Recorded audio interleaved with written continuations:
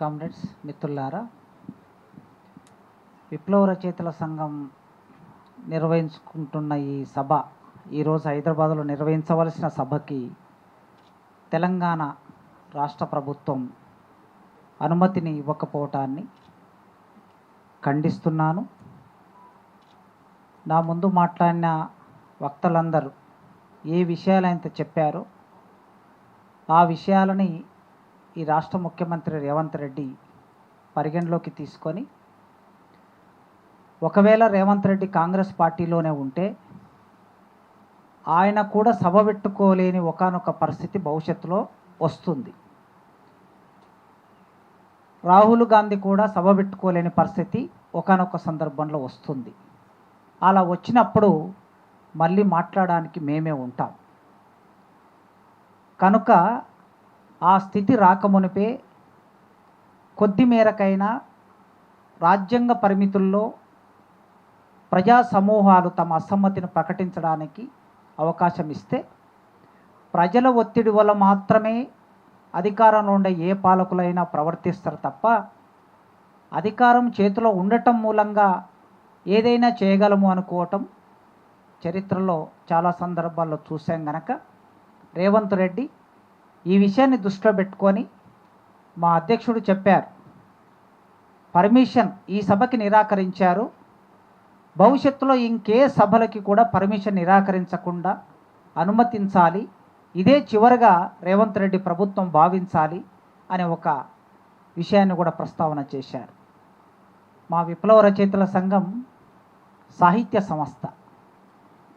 సాహిత్యం ద్వారా సమాజాన్ని వ్యాఖ్యానిస్తుంది, సమాజంలో ఉండే వైరుధ్యాన్ని వ్యాఖ్యానిస్తుంది. మా సంస్థకు ఉండే లెగసీ రేవంత్ రెడ్డికి తెలిసే అవకాశం ఏమాత్రం లేదు. ఇప్పుడుండే పోలీస్ అధికారులకు తెలిసే అవకాశం కూడా ఏమాత్రం లేదు. కనుకనే మా కార్యవర్గ సభ్యుడు రాము పోలీసుల దగ్గరికి వెళ్ళినప్పుడు వాళ్ళు ఆ మాట మాట్లాడారు.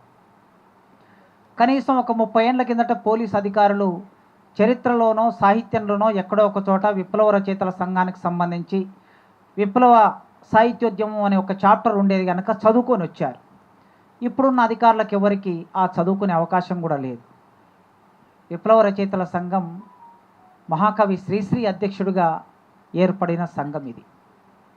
కుటుంబరావు లాంటి వాళ్ళు, కేవీఆర్ లాంటి వాళ్ళు, రావిశాస్త్రి లాంటి వాళ్ళు, కాళీపట్నం రామారావు లాంటి వాళ్ళు తెలుగు సాహిత్యాన్ని సుసంపన్నం చేసిన ఆనిముత్యాల లాంటి రచయితలు నాయకత్వం వహించిన సంస్థ మాది.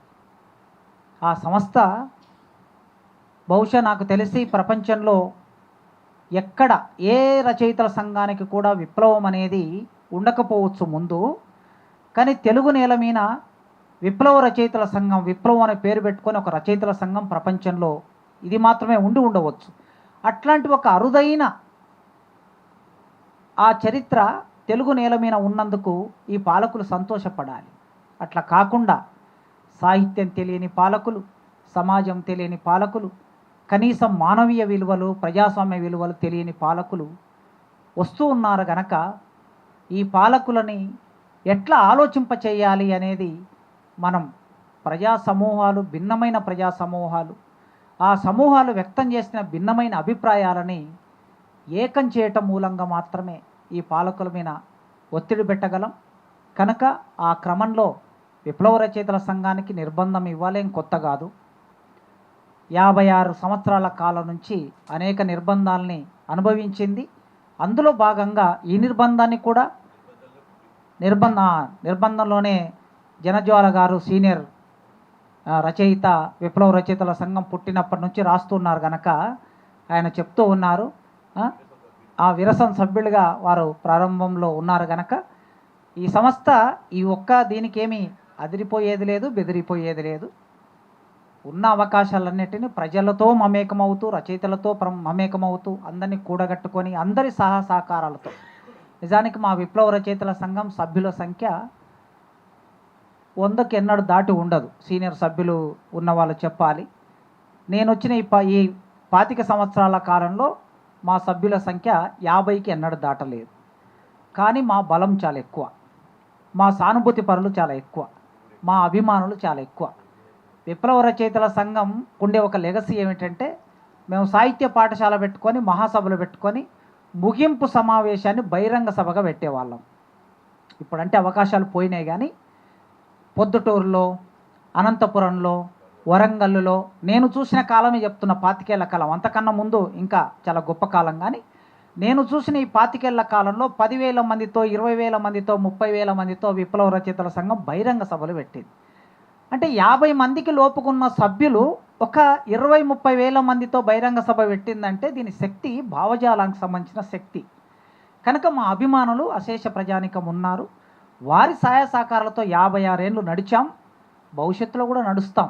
ఖచ్చితంగా ఆ నమ్మకం ఉన్నది. నాకు ఈ అవకాశం ఇచ్చిన అధ్యక్షులకు థ్యాంక్ యూ.